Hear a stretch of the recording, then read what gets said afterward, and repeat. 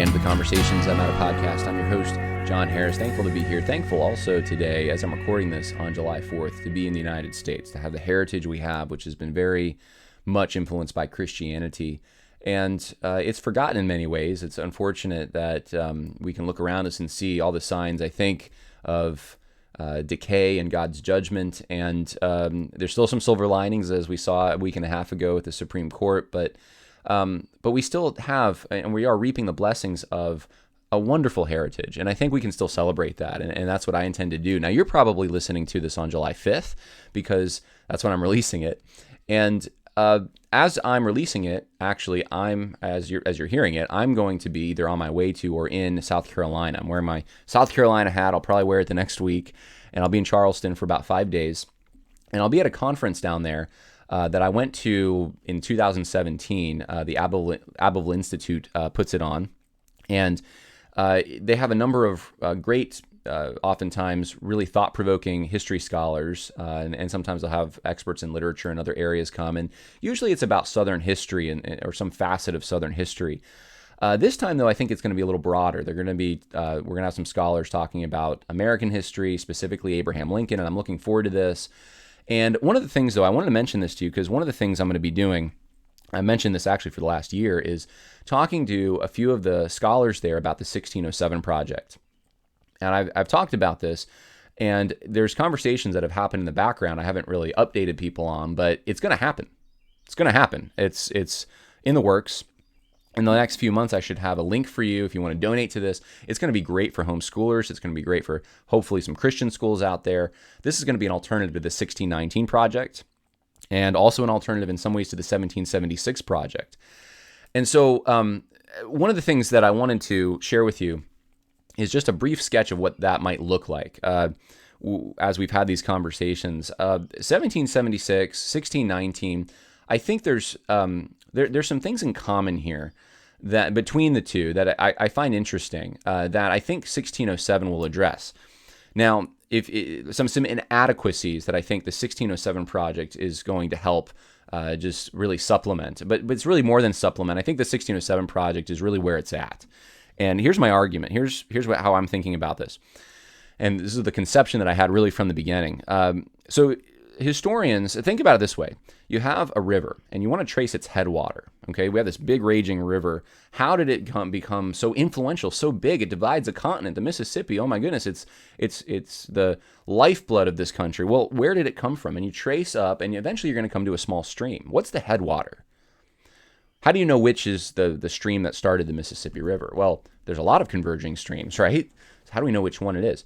And I think it's the same way with history. We have converging streams. We have converging influences that come in to form the present set of circumstances that we live in. But nonetheless, it is important to kind of know definitionally what America is. And it's much broader, I think, than 1776 or 1619. 1619 essentially says that America is this horrible, racist, oppressive place. And we can see that from the beginning because in 1619, there were African slaves. Now, really, they were indentured servants. But I digress. A Dutch ship brought African indentured servants, quote-unquote slaves, to the coast of Virginia, and that's when it all started. That's the foundation of the United States. It's in the DNA of the United States. It's definitional to the United States. It's always been that way, and it serves a present political purpose to define the United States as oppressive. We can then choose to overcome what the United States is. Now, here's 1776, and what more conservatives, really more neoconservatives, I think more Straussian West Coast type conservatives have given us in this project. And I think what they're doing is a noble effort because what they're trying to do is hedge against 1619. They're saying, no, it's not an oppressive place, but here's how they're doing it. And I want you to see kind of the weakness to this. America's not an oppressive place. Actually, the seeds of freedom, liberty, and equality were planted in 1776 when we separated from Great Britain, but we had the Declaration of Independence, and that celebrates the equality and the freedom and the liberty of this new, unique, grand experiment. This new people that, and so it almost gives the impression that out of a vacuum or out of thin air, these ideas, these abstractions, kind of took hold, and this has never been done before in human history. And now it's just waiting every year for the revolution to continue. So you have a continuous revolution with 1776 project type stuff. It's so essentially what, and of course I'm taking it to its logical conclusion here. I'm not saying that all the people behind that are necessarily they're not saying all these things, although I'm sure some of them are. But things like, let's say, the freedom for slaves, okay? That's part of the seeds of liberty that were planted by the founders. Of course, yes, they had slavery. Thomas Jefferson owned slaves as he penned the Declaration of Independence, but he sowed the seeds of what eventually would overcome slavery, okay? And what would eventually overcome the chauvinism, misogyny, all these things, and give women the right to vote. And for some, this is kind of a blank check. You could say this also is what broke up the trusts during Theodore Roosevelt's time. It's what brought us the freedom from want and freedom from fear during FDR's time and Social Security, and it gave us the Great Society, and we have federally subsidized public education now, and LGBT rights, and oh my goodness, it can give you so many things. And this is all coming from the seed of liberty that was planted by the founders. And so that's something that I would push back on. I don't think the founders were thinking in their heads, and I don't think anyone is saying this, but LGBT rights. But I don't think even the concept they were introducing was meant or intended to, or even thought to, or even logically could do what some today are saying it does. And so really you have, I think, two wings of progressivism here. With 1619, you have America bad. Okay, it needs to be, it's fundamentally flawed. We need to fundamentally remake America, as Obama said. With 1776, America good. Okay, and so we can say, hey, +1, America's good. But why is it good? Well, it's good because it's got all these problems that the true America is this idea. It's not a place. It's not a people. It doesn't have to speak English. It's an idea. So it's an abstraction. That's what America really is, and that's why America is good. It's because this idea of freedom, and it can be detached from the cultures that brought it here. And it actually, that idea is what kind of tills the soil to make way for this place of equity, inclusion, diversity. And it really does tend that direction. I mean, a progressive can really take hold of that and say, okay, we're going to have the progressive idea of this, the progressive narrative, and it's not going to be America fundamentally flawed. It's going to be America good, but really the thing that the scope of America is these ideas. So we're narrowing what America actually is down to synthesizing it into just these narrow abstractions that can then be applied to all these other problems. And so the founders can be heroes because they introduced the ideas that have led to the revolution we're in. And the revolution, though, never really ends. I don't know if you've noticed that, but there's always something new. It's going to be free healthcare, right? That we haven't achieved that yet. We're on the way, but that's the next rung on the ladder. I think it's kind of it's a Trojan horse, I think, to go down the 1776 project road. I think it sounds really good in the front end of it. There's some really good things, and there's some really true things, I think, that are said by many of the scholars there. I think, though, that ultimately, though, it can lead to, and it can be wielded by progressives in such a way that it tells the positive story of the United States, but it doesn't really get what the United States is right. It gives you a part of it. Ideas are important, but it takes it two steps farther, that these ideas then lead to all these other things, and these are consistent with those ideas. And it's so the ideas are, the abstractions are so narrow, but the applications are so broad. So here's my radical idea, I guess, right? It's not radical at all. It's really, I think, the way that many Americans have thought about their history for a long time, up until recently. And that's that America is really just an extension of what came before. So if you're looking for the headwaters of the stream, you're going to see converging streams. You're going to see the Dutch influence, New York. You're going to see French Huguenots. You're going to see Africans and their descendants coming in, and they have had a profound influence, especially in places like the South. You can see Spanish influence in Florida. You can see all these things, right? And you see the French, right? You see all these different European peoples. But primarily the headwater and what's influenced our country's legal system and our culture and all these other things. If you want to say that there, is a unique kind of broad American culture, it's English.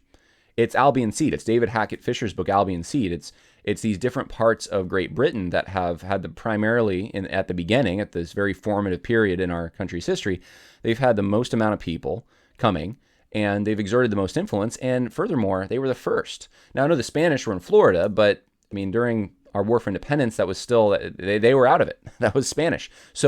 When you think of the United States itself, it's English. So it would have started really with sequentially with the English coming here, 1607. So there's a great importance, I think, to this, and I think Virginia becomes one of the primary definitional states to this country because Virginia obviously claimed a lot more land than it does now. I mean, but so many explorers and presidents and Supreme Court justices and just influential people, generals in the early years, the formative years, came from Virginia. And so the 1607 project is really looking at this differently, I think, than the 1619 and 1776. 1619 is going to be primarily focused on this. It's an abstraction. It's the idea of enslavement, the idea of oppression, and that's in the DNA of America. And the 1776 is saying, no, it's the idea of freedom and liberty. That's what America is. And 1607 would say it's not an idea. There's ideas attached to this, but it's not an idea that makes America what it is. It's a culture, and it has language. It has religion, Christianity. Okay, we're going to focus on Christianity in the 1607 project. It's got music and food and cuisine. It's got there's flavor to it. There's all kinds of there's architecture. All these things, these rich things, are actually what make America what America is. And so that's and of course other parts of the country are going to be mentioned. But we start at the headwater. We start at 1607 with the Jamestown colony. And really, even the Pilgrims, right? They were coming. Why don't you talk about the Pilgrims? Well, Pilgrims came much later, right? I mean, not much, but 1607, 1620. Okay, they came later. But where were they trying to get to? Virginia. They were trying to get to Virginia. It was because of Jamestown that you had these other groups coming over. The Dutch, of course, they came over right after 1607, but they were aware of the English presence, and so I think, starting there and with the assumption that it's really culture that's the really formative thing here, that even the ideas like freedom and liberty and what those meant in context, which isn't egalitarianism, but what they meant in context at the time, I call it Secession Day sometimes, July 4th, breaking away from Great Britain because of its unconstitutional, tyrannical abuse of authority. That traces back to a history in Britain that goes back to the Magna Carta. I mean, this is their concept of these things didn't just fly out of thin air in 1776. America, or what we know of as of the United States, it existed before that, and so and everything's on a timeline here. So if we're gonna jump in to say here's the date, here's when you really want to talk about the seeds of America being planted, I think it's 1607, and I think it's going to be a great resource. So there's going to be a really good video that is going to go along with this. There's going to be a number of essays, and I'll have more information for you soon. But in that vein, in that historical vein, I want to talk to you about Thomas Jefferson a little bit today, and some things. I've been aware of this, but it's interesting to me to see kind of what's happened. What's happened to Thomas Jefferson is very similar in my mind to what's happened with Confederate monuments. So Confederate monuments have become, it's the issue that no Republican with any national clout seems to want to touch. Even if they agree they shouldn't come down, they're not going to fight for it. You see, Governor Youngkin of Virginia, who just recently, by the way, hosted an LGBT pride event. This guy. He's not a conservative. I've said that forever, but people are very excited. Youngkin's, this great guy. Well, Youngkin, there's no will with Youngkin to bring back any of these monuments that have been taken down. And I think many who voted for him thought that he would do that. He doesn't have any intention of doing that. And most of the Republican governors in states where this stuff is happening, sometimes they're even behind it. But if they are against it, they're going to, whisper behind closed doors. They're afraid of being called racist, really is what it is. And so it's a weird situation, I think, where you have the majority of populations in these states from the beginning, and even now, I think, dead set against. I remember when I was in Virginia, I guess this would have been 2 years ago. No, it was a year ago. When the election results came in, there was a number of counties that they were voting. Should we get rid of our monuments in these particular counties? And it was coming back 70, 80%, 85% no, keep these monuments in place. It was like between 60 and 85% in most of these counties. And to me, this it shows that the population is going to shift as they keep getting indoctrinated now by both sides, really. It's by both the Democrats and the Republicans are jumping on this to try to be the ones that we're against these monuments to racism. Well, what's promoting the idea that these are monuments to racism? Well, it has to be a critical race theory type assumption that you're making to connect these. You have to, because they're going to just jump into some kind of, here's a secession document from Mississippi, and look at they talk about wanting to secede because of slavery and extension into the territories, and they didn't want, they want slavery to be allowed in the common territory of the United States, that kind of thing. Therefore, they seceded over this, and that means that these monuments are racist. And of course, you have to make logical jumps to get there. You don't see anything on the monuments that would designate that. They weren't put up for those reasons. The soldiers who fought really primarily in defense of their homes weren't thinking, I really just I never have owned slaves. I would never have a hope of owning slaves, but that's what I'm fighting for. None of that stuff is there. These are monuments to soldiers who fought bravely, not to slavery or to white supremacy or to governments that want to enshrine that as the fundamental thing they're about. Or they're not to those things, but you have to make the connection. Now, here's the thing, though. We've gone down this path with this in the United States, where the elites who represent these areas don't want to touch it with a 10-foot pole, even though their constituents say we don't want these things removed. The elites are like, no. And we're going to remove them anyways. We're going to allow that to happen. What you've done is you've taught the population that this is that anything that can be connected somehow, even if it's like 2 or 3 steps to connect something to oppression, slavery, racism, etc., that it's soured. It's something that we shouldn't be proud of. It's something that we should be ashamed of. We should take it down. It shouldn't be in the public eye. It's a spectacle. It's a pariah. And I think Donald Trump made the great observation in 2017, I think it was, that where does this end? You're going to, if you do this here, you can also do it with Thomas Jefferson. You can do it with George Washington. You can do it with many in the founding generation. You can basically, the 1619 Project is going to define everything in America as racist because it can connect everything by 2 or 3 steps to racism somehow. They have some way of doing it. So that's the world we live in now, and it's like we're watching every year what's next to fall. What's next? What's and corporate America is enforcing it too. So I think that was low hanging fruit. Take out those monuments. And Thomas Jefferson, though, was kind of concurrent with this, was this idea that Thomas Jefferson raped Sally Hemings. And this has become, just like I think with Confederate monuments, this has become part of the official narrative now of Thomas Jefferson's biography, and of it's now brought up commonly in relationship to the Declaration of Independence and 4th of July.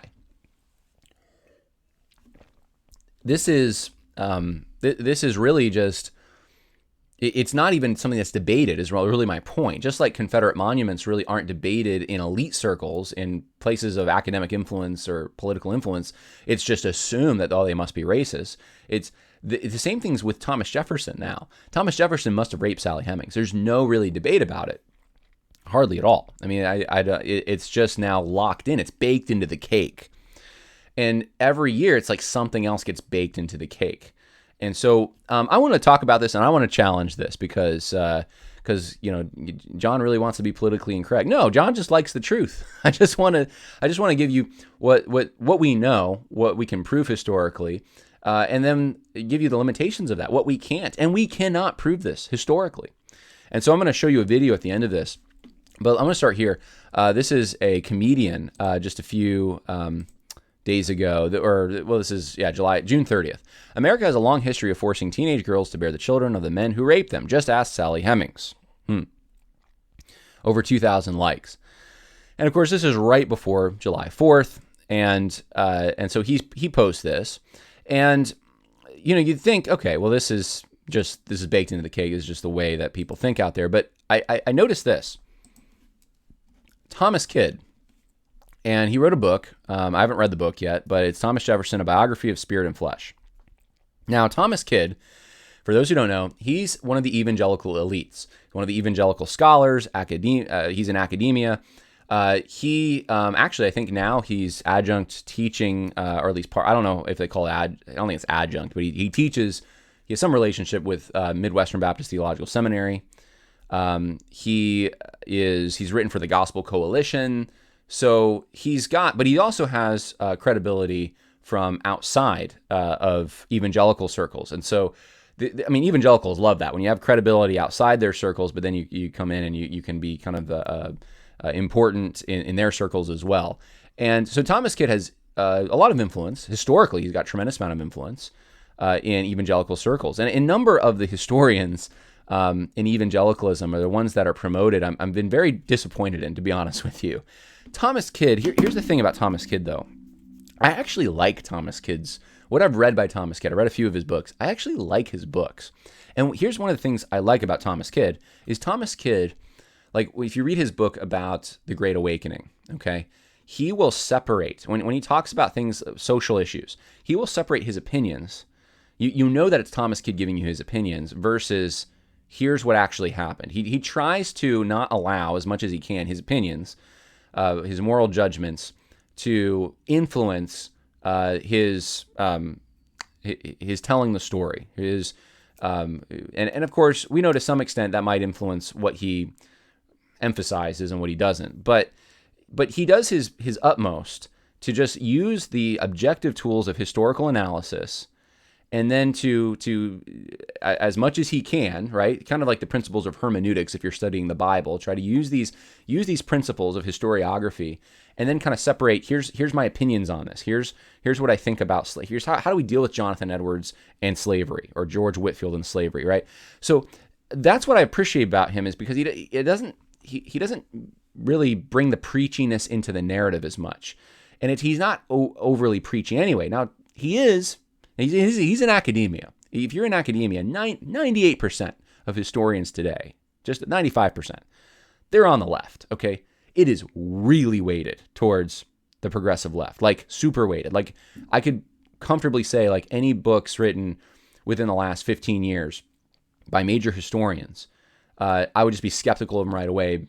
And they're probably influenced by some kind of critical theory, because that's what historiography or historians, that's the pool they're drinking out of. That's what they're in. That's the world they're in. That's how they get acceptance. That's how they get if you're innovative, and especially if you push social justice, you are accepted more in the guild. You have accolades, and you get speaking. And these people, I'll just tell you straight up, because I've been around a number of these people. These people live for that. They live for the approval of their peers, the sense of accomplishment they get. And if you take that away from them, many of them they're some of the most insecure people I've ever met in the world. Like, that is who they are. That's their identity. And so it kind of it forces you, if you want to survive in academia and flourish in academia and have respect as a good historian, because who's going to listen to you other than other historians and sometimes nerdy people? I'll just be honest with you. I can say that because I'm one of them, right? You're going to kind of push the envelope. You're going to push towards that social justice direction. You're going to emphasize things. You're going to fudge things even sometimes to get these ridiculous narratives sometimes. Well, this is one of the narratives that, frankly, should never have taken root.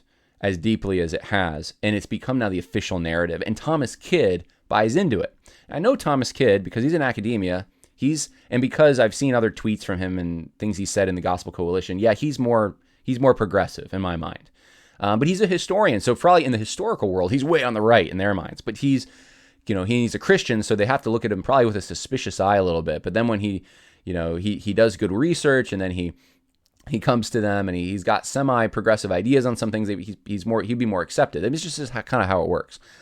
But in most of probably many of you who are listening, who are Christians, who are conservative, he would be to the left of you, definitely.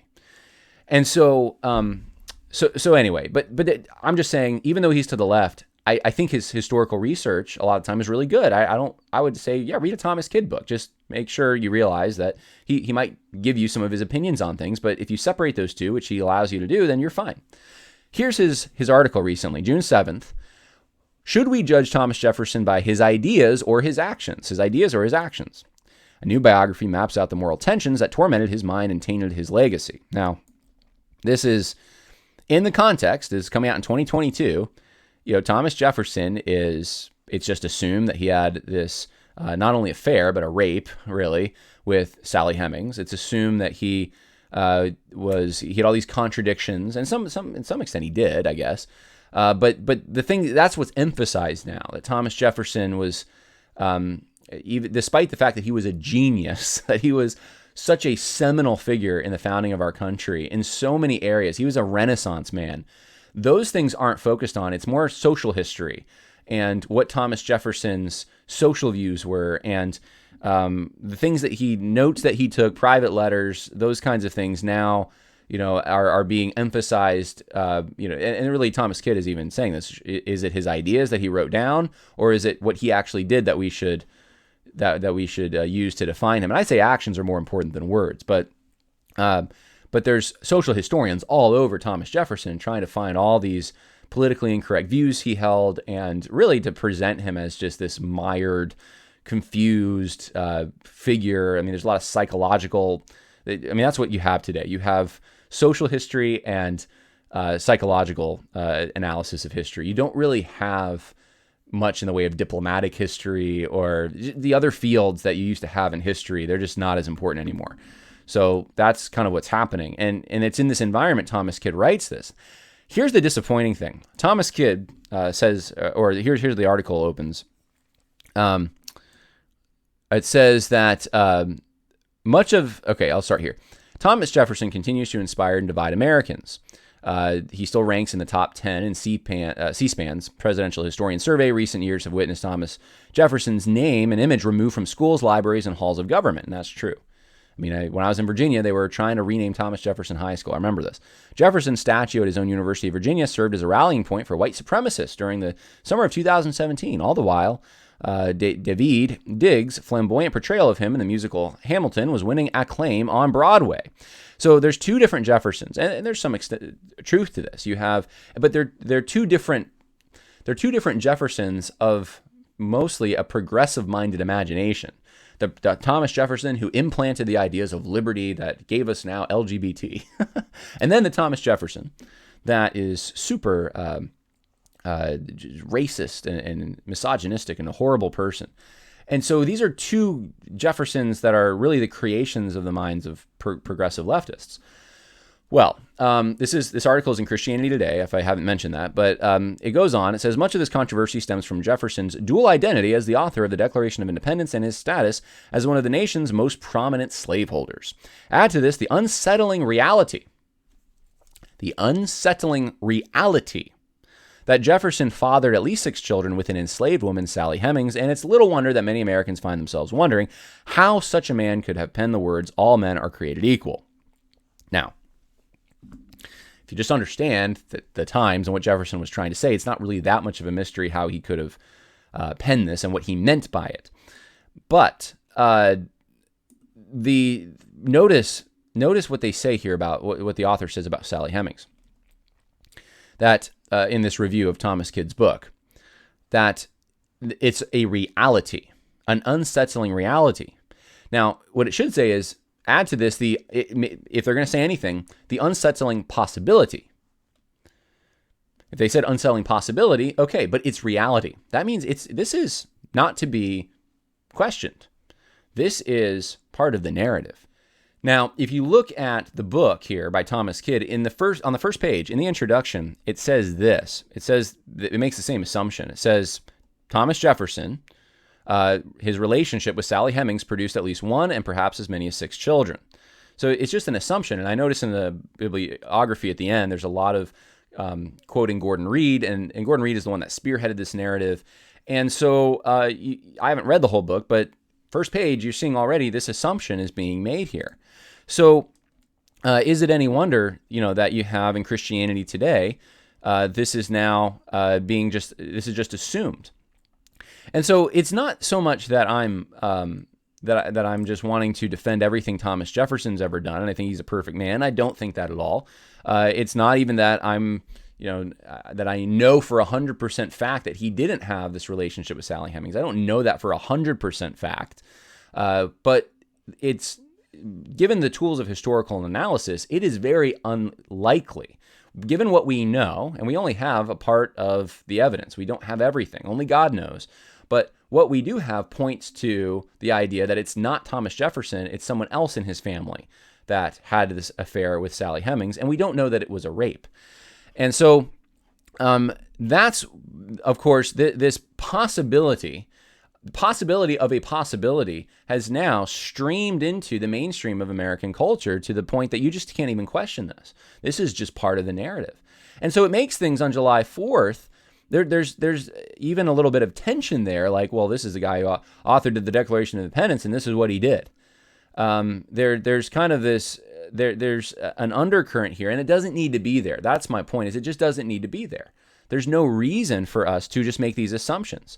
But this is the wedding of the BLM stuff with the Me Too stuff in a way, because what this does is, without the sufficient evidence, with just the mere accusation, we just assume that that's what happened, and that it was in fact a rape, that's what Thomas Jefferson did. And so you have almost like a Me Too element there. It's guilty until proven innocent, and then you have the BLM thing with, well, this is just how black women were just treated. This is in fact, here's a clip. This is from this is a few years ago, but this is Curtis Woods. He was the chairman of the Resolutions Committee that gave us Resolution 9 that viewed critical race theory as an analytical tool in the Southern Baptist Convention. And he, for many years, taught at Southern Seminary. This is what he said. And I think what happens is we forget that race is a fictive. It is an imaginary idea. It is imaginary. Though it's real and it has real implications, nonetheless, it was created, socially constructed, in the same way ethnicity was, but worse, because it was a prohibition. It circumscribed a person's destiny on earth. So when we say Black Lives Matter, here's what's happening. For so many centuries in American history, in the American political economy, Black lives didn't matter. You could kill a black man and not even worry about it. You could rape that black woman and it not be considered a crime. You could have a president by the name of Thomas Jefferson who rapes a 16-year-old child in France by the name of Sally Hemings, who was the half-sister of his wife. This history, y'all. And have 10 children with that woman, and then historians call her his concubine. I'm trying not to preach, right? She can't be a concubine if she's an enslaved African woman.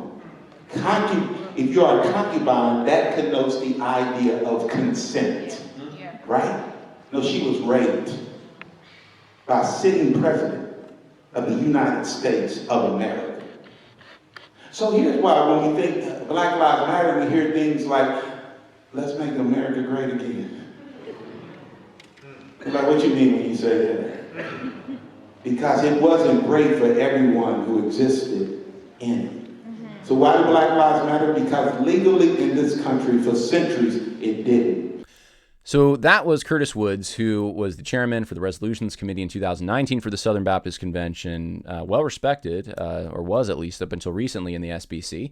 And this is what he says on panels. And he says it like on other panels too. This isn't unique to him. I mean, I've watched a number of them. And so this kind of thing, though, is not uncommon. And he uses, as an example here, Thomas Jefferson. Why do Black Lives matter? Because they didn't matter. And guess what? They didn't matter to Thomas Jefferson, because while he was a sitting president, this is what he did. And of course, he gets some things wrong. It wasn't that Thomas Jefferson was doing this as a sitting president. It was rumors to prevent him from becoming elected. I mean, politics has always been dirty. There were people saying he's going to make everything atheist if he's elected. I mean, there was all kinds of things going on, but rumors and just mud being slung. But it wasn't 10 children. It was at most 6 and as little, possibly 1 Eston. But he's saying all this to just make a point that this is how Black lives have been treated. This is the 1619 Project, basically. This isn't accurate. This isn't across the board accurate. It's much more complicated than what he's simplifying it into. That's just how it was. That's not just how it was. And the example, the primary one he's using, is at best dubious. It's not. It should not be taught as a fact, and he presents it as a fact. It's just history. Well, I want to present to you right now. I want to show you, as promised. I did an interview with Mark Halachak a few weeks ago, I think, or maybe it's more than that. Maybe it's over a month ago. I think I released that, and we talked a little bit about Thomas Jefferson. And in the comments, I remember some people were, how can you say that how can Mark Halachak say that Thomas Jefferson? It's unlikely that he fathered children with Sally Hemings. I mean, this is just erasing American history, because that's how accepted this is now.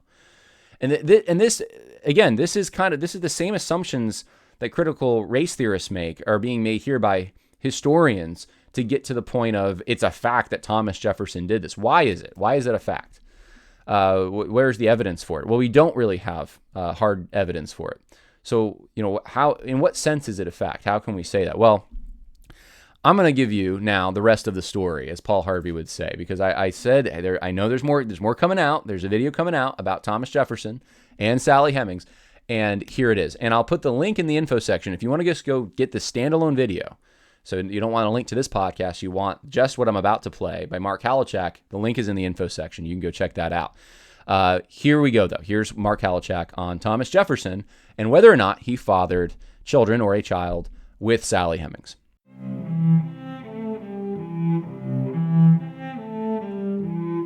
Good afternoon. I'm Dr. Mark Andrew Halachak. I'm a Thomas Jefferson scholar, and I'd like to talk to you today about Thomas Jefferson and his avowed affair with Sally Hemings, his slave. Now, I want to start off with Jefferson scholar. She's known to be the world's foremost authority on Thomas Jefferson and Sally Hemings, Annette Gordon-Reed from Harvard University, and she says, symbolically, it's tremendously important for people as a way of inclusion. Nathan Huggins said that the Sally Hemings story was a way of establishing black people's birthright to America. If you look at the flip side of it, rejecting the story is a part of the rejecting of black people's birthright in claims to America. So again, this smacks of what goes on with the 1619 thesis. The whole idea is that there have to be some way of including African American people in the story of the founding of the country here. So she's doing it in by having Thomas Jefferson father children with his slave. Now let's go to a brief history here. Fawn Brody in 1974 writes Thomas Jefferson, An Intimate History. 1979, Barbara Chase Ribaud writes Sally Hemings, a novel. In 1995, Jefferson in Paris is a movie that comes out and shows Sally Hemings to be a young, beautiful, elegant woman. Then comes the DNA study in 1998, spearheaded by Eugene Foster. The DNA study shows that the final child of Sally Hemings has the Thomas Jefferson Y chromosome. And if you know anything about biology, all that means is Jefferson could have been the father of Eston, was born in 1808, or any male in Jefferson's line could have been the father of Eston Hemings. Now, Nature magazine came right out and said, Jefferson fathered slave's last child. There never was such a sea change in historical opinion as there was at this time. Almost all historians who thought Jefferson didn't father any of Hemings' children now change their mind and say, okay, Jefferson did father Eston Hemings and presumably fathered all of the children. The key event for me, what brought me to Lynchburg, is in 2018. The pundits at the Thomas Jefferson Foundation at Monticello said that Jefferson definitely fathered all of Sally Hemings' children, even though none of the evidence had changed, nothing had been added. All we had was DNA evidence that showed Jefferson could have fathered Eston, no genetic evidence of anything else. Primary source evidence, that is, eyewitness claims, people whose testimony could be admitted in a court of law. In terms of Jefferson, the pro-paternity case, that Jefferson was the father of all the children, there are 0 bits of primary evidence that show Jefferson fathered. They have nothing.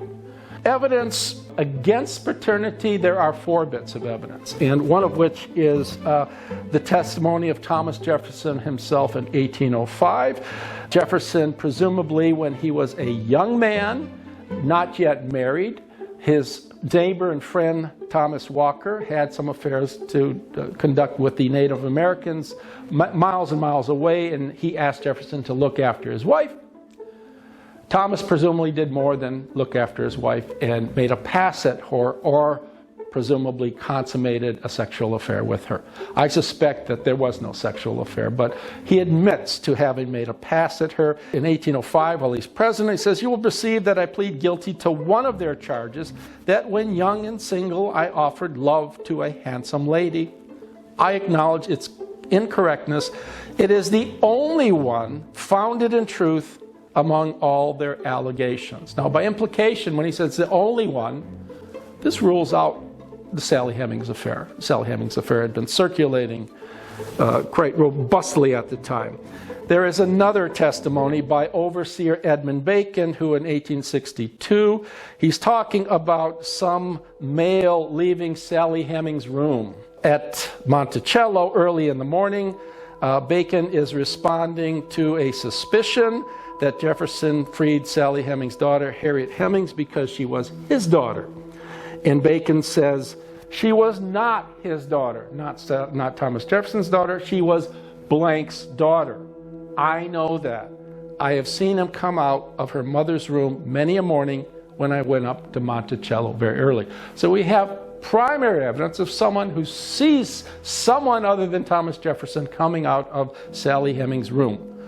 Very important evidence. Then there's the testimony of slave Isaac Jefferson, which implicates to some extent Thomas Jefferson's brother, Randolph Jefferson. He says something to the effect, he says, "Old Massa Randolph, he used to hang around the slaves at Mulberry Road till all hours in the morning, fiddle and sing all hours of the night." He says, he ain't got no more sense than Isaac, in other words, myself.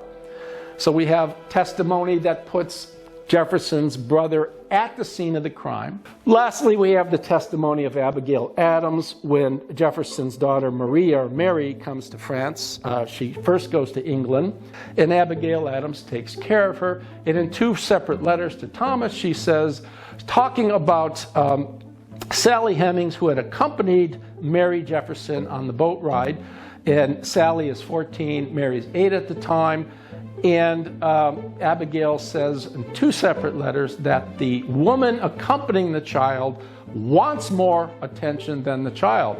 By implication, again, it's very suggestive that if Mary is 8 at the time, then woman Sally Hemings, who is supposed to be taking care of her, is acting at perhaps a level of maturity at 7 years of age. Now, it's a very credible testimony, Abigail Adams. The complete case for the people at Monticello rests on the Madison Hemmings testimony in 1873, where he said Jefferson was my father.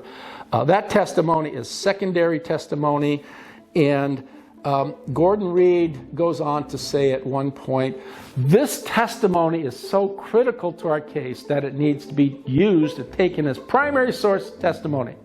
So by fiat, she wants to claim secondary testimony needs to be taken as primary, which is something you just can't do in scholarship. Lastly, I'll leave you off with a quote from Gordon Reed, who's the main player here, and she's talking about people who come and visit Monticello and are put off by the notion that they're going to hear about Sally Hemings. She says, some people come here, in other words, Monticello, and say, I didn't come here to a slave plantation to hear about slavery. There's nothing to do, she says, but to keep pushing back. That's the notion here. Whether you want to hear it or not, we're going to talk about Jefferson's racism. We're going to talk about him possibly raping Sally Hemings, even if the evidence is not suggestive in the least. That's the agenda, and it seems to me that the Thomas Jefferson Foundation has what I call a racist agenda, an agenda where they're going to use race to work towards racial equality, which I think is a fine thing. But in the process, we're going to drag Thomas Jefferson through the mud, which I don't think is a good thing. History is about veridicality. It's about truthfulness.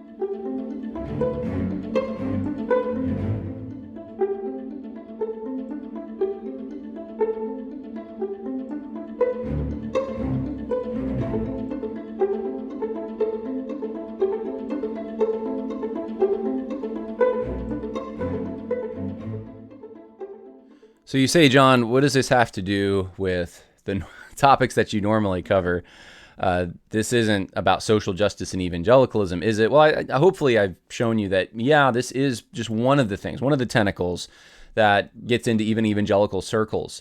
And it's streaming from some bad assumptions. It's just not, it's not Christian to... It's not even just gossip, it's slander. It's not Christian to slander someone, to potentially lie about them, to say things. And this is one of the things, this is one of the contentions I have, is it's equally slander if you do it about someone who's dead, right? I think there's a sense in which some people think it's not slander because the person's died and they've been dead maybe hundreds of years, maybe thousands of years. But they're not here to defend themselves, so there's no, they can't push back, but it's still wrong. We can only go where the evidence leads us, and we can only go as far as the evidence leads us. We can't go beyond that, and that's exactly what's happening here. There's going really against some evidence, and then going beyond whatever little evidence there might be that suggests that there could be a relationship between Jefferson and Hemmings, and then going the extra step of it's a rape. That is what we call a slander. There's just no reason. There's no, at best you can say, well, there's a slim possibility this may have happened and it could have been a rape, this thing. Or there's a possibility that Jefferson and Hemmings had children together, and here's the things that might point to that, and here's the things, and also present, and there's also evidence that seems to not point to it. But primary source evidence primarily points away from it, that it didn't really, that it most likely did not happen. So that I wanted to present this to you because I'm concerned that it's not just this, but a lot of things like this are just being baked in to our national mythology. What we think of, and it's we have flaws in this country. We have people. Every man is flawed. There's going to be things, but we don't need to bend to a narrative that just sees the whole thing as fundamentally flawed and definitionally evil and oppressive, and therefore we need to now we need to suppress actual facts, actual information we have in order to serve the narrative. And that's what's happening. Truth is being sacrificed at the expense of a political narrative, a modern political narrative. And make no mistake, these are the kind of people, they don't want to stop with Confederate monuments. They want to go way farther than that. They would love to take down Thomas Jefferson. I just read just recently, Abraham Lincoln. It was one of the colleges here in New York. There was a bust of him, an Abraham Lincoln bust with the I think it was the Emancipation Proclamation, if I'm not mistaken, but behind him. But it was Lincoln and either his inaugural or the Emancipation Proclamation at one of the SUNY schools. I'm trying to remember which one it was now. I think it was SUNY Binghamton, maybe. Or no, it wasn't a SUNY school. It was Cornell, I believe. It was Cornell University. They just recently took it out. No explanation. Why is it gone? Well, someone complained. That's the only thing. Someone complained. But we've seen Lincoln being taken out of Boston, and Lincoln's statue defaced in Portland, Oregon, and I believe in Chicago there was an attack, if I'm not mistaken, on a Lincoln statue. And I mean, you don't think that this narrative is starting to eat into other areas? Think again. And I can pull up you a bunch of quotes from Abraham Lincoln that you would, in our modern day and age, consider to be remarkably racist. That doesn't, mean that he's not a very important figure to our country. And someone that we need to understand, and and someone who accomplished very important things. And that's part of the issue with all this, is things are being fundamentally redefined according to a negative, and when we don't have enough of a negative, we just make stuff up. We make the jump, we make the connection, even if the connection's not warranted. And that's what's happening with Thomas Jefferson. Even if the connection's not warranted, we make the connection to slander him. And look, Jefferson was a slaveholder, okay? You can say that, and that's accurate. He had slaves, absolutely. You can say that Jefferson, as Mark Alachek just said, once or it was possible that he may have had an affair. He at least had lustful thoughts about another woman. I mean, you could say that about Thomas Jefferson. He wasn't an Orthodox Christian, certainly. You can say that about Thomas Jefferson. I mean, he believed in the teachings of Jesus, but he wasn't. He was more deistic, for lack of a better term. You could say that about. There's a lot of things you could say about Thomas Jefferson that would be negative for a Christian. But you can't say stuff that didn't happen. And that's my point. That's what we can't be doing. And I've noticed that there's an effort to take people who had some great flaws and make them just the best. Make them, honor them. They are great. I mean, Martin Luther King Jr. is like this. Nelson Mandela's like this. Gandhi's like this. I mean, you take these figures and read about what Gandhi did with boys. Read about what MLK did with women. Read about what Nelson Mandela did as far as terrorism is concerned. All these guys have really bad, and that should probably be part of the narrative, you'd think. I mean, if we're going to be accurate about the guy, at least mention these. Those things are there. You can't really mention them in most settings. We just have to only focus on the mythology of how great these people are, because guess what? They forwarded the next rung on the ladder for what the left really values, and what conservatives also value to some extent in some places, I suppose. But they're heroes to the left primarily, and that's why you can't question them. But then you take people like Thomas Jefferson, and we can ignore all the positive things or the unique contributions, the important things, and just focus on the negative. That's using unequal weights and measures. God hates that kind of thing. And that's what's happening. It's happening in evangelicalism, and it shouldn't be happening in evangelicalism. We need to be people of the truth. And I know we're people of the truth of Scripture, but we should just be people of the truth in general. If we're going to be of the truth of Scripture, let's be of all the truth. And so that's why I think the 1607 Project is important. Because we want an accurate history as much as possible, and one that also, I think, hits the right notes, emphasizes the right things, the things that are important to the state of affairs that exists today, where we've come from. So anyway, hopefully that was helpful for some of you. Possibly more coming later in the week. I'm not exactly sure. There's just a lot going on. There's things in evangelicalism I also want to talk about, but I have so much going on this week. I'm not sure to what extent I'll be able to drop a podcast, but I hope this was helpful for you, especially on the heels of July 4th. God bless, and more coming. Bye now.